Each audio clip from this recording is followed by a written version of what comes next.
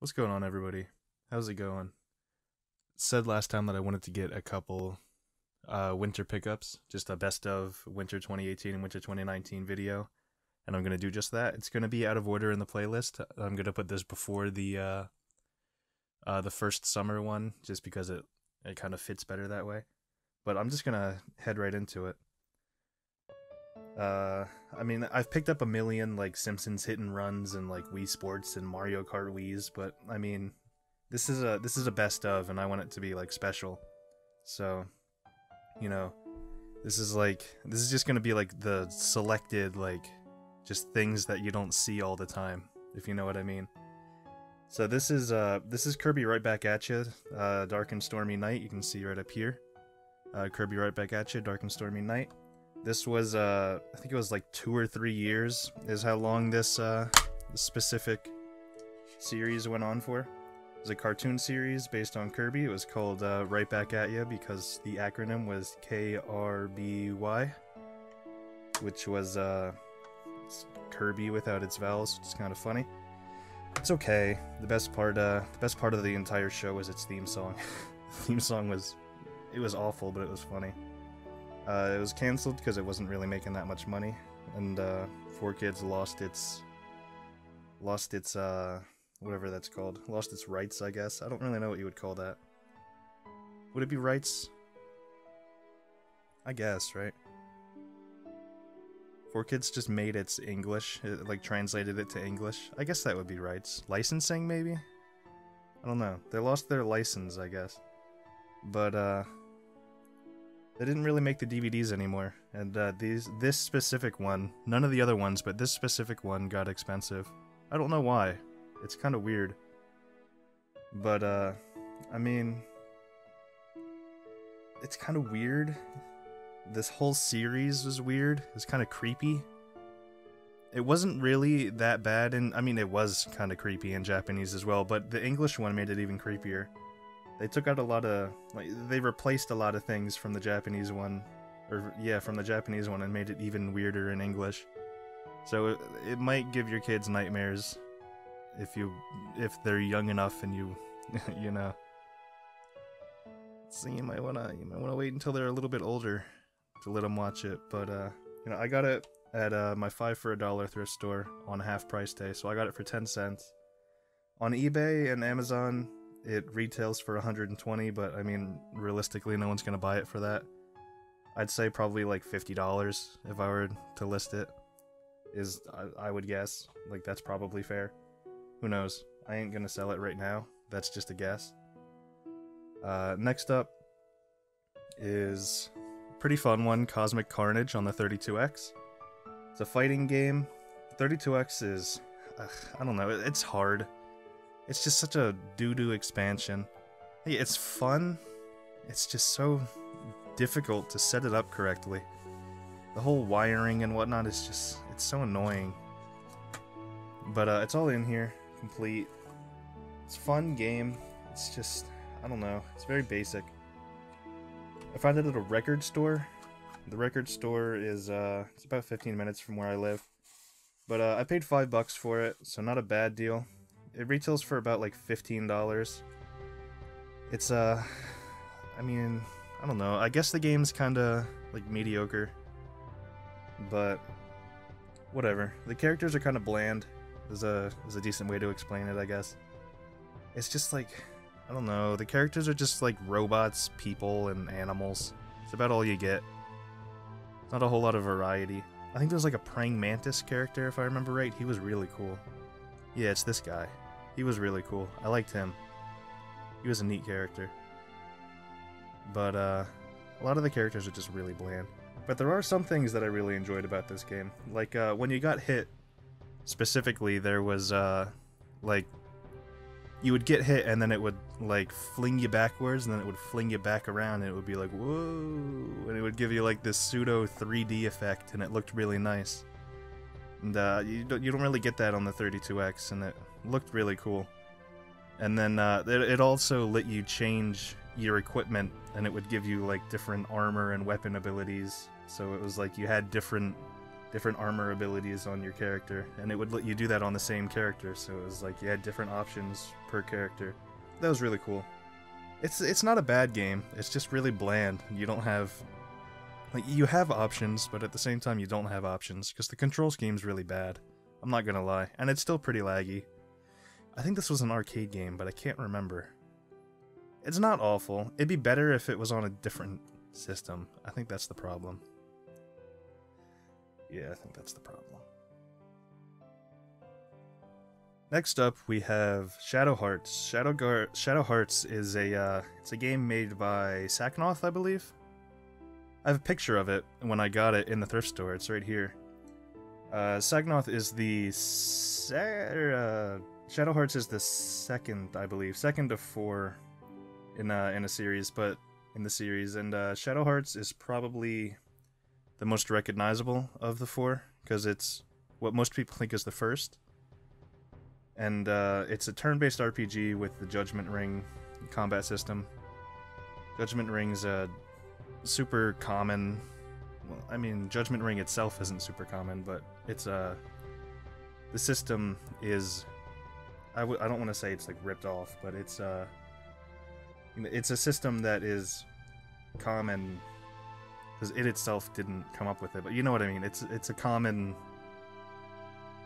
It's in turn-based RPGs. It's commonplace. If you don't know what it is, it's kind of like a rhythm thing where when the line meets up with a thing, you gotta click it when it goes over it. Like it goes back and forth, and then when it's over a certain point, you click it. It's like that. It's one of those.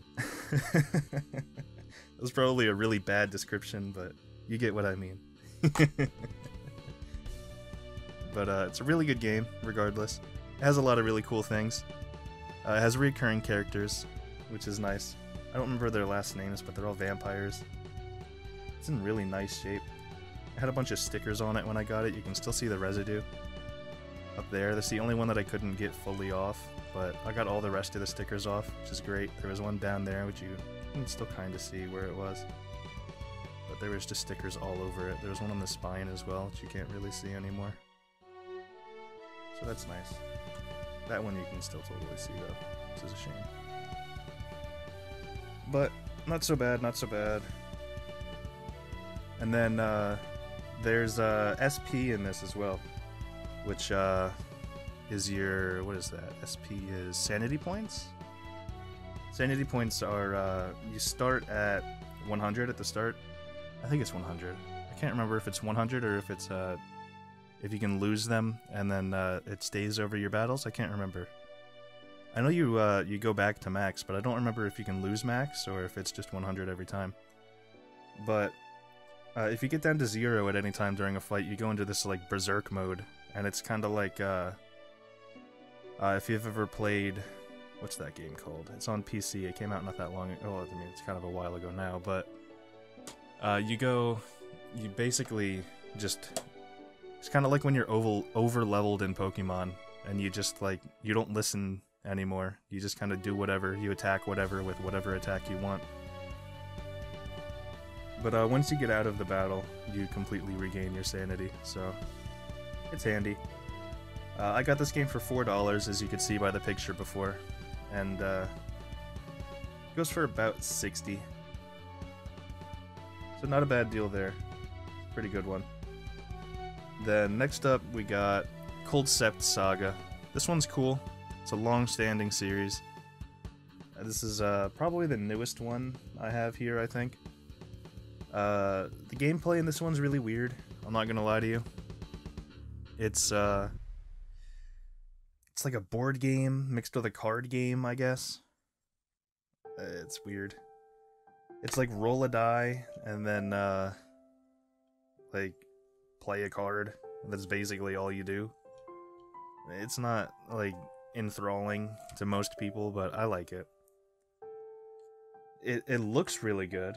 Like visually, the game looks great. They had a ton of artists come together and just do a ton of art. Like each individual artist has different art styles for all the cards, and it's just an amalgamation of all these different art styles, and it looks really good. It genuinely looks great. The soundtrack is amazing. It has so many songs. I believe the soundtrack, even though it's not released in the US, it's like 4 CDs long, which is just huge. It's a humongous soundtrack.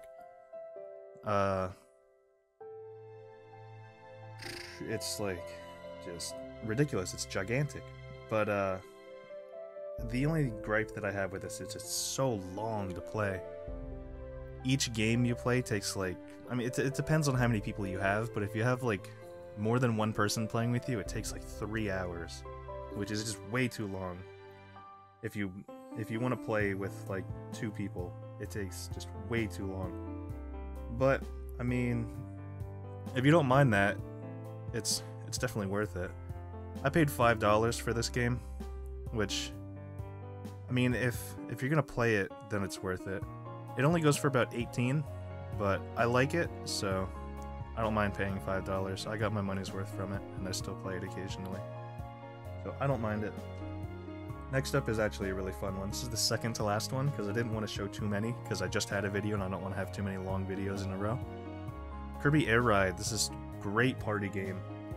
It's a really great example of an easy game that's still fun.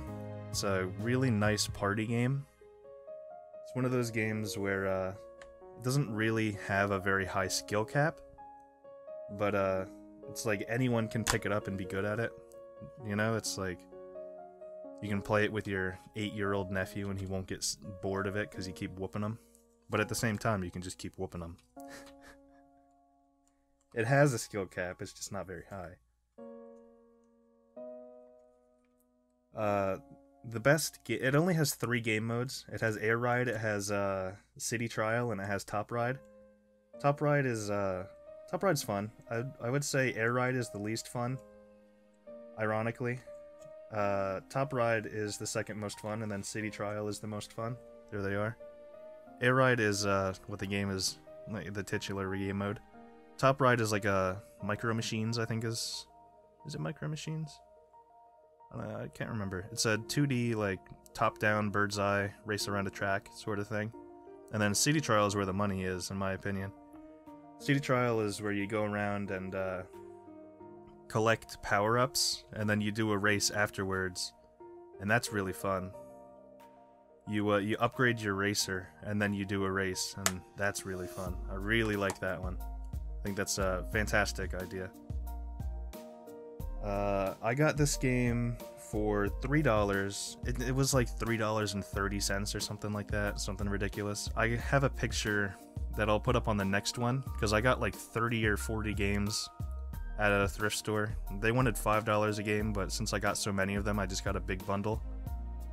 I wanted to record it, but there were so many people just standing around that I had to just grab all the games and then throw them in a case, and then I just took a picture at the end with the big one on top.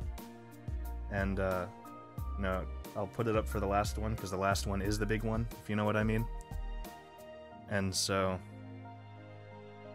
I paid $3 roughly, and it goes for about $35, I think.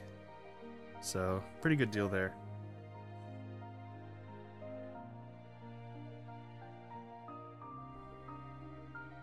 Then last up, we got the big one. This is the one that I said I have the picture for.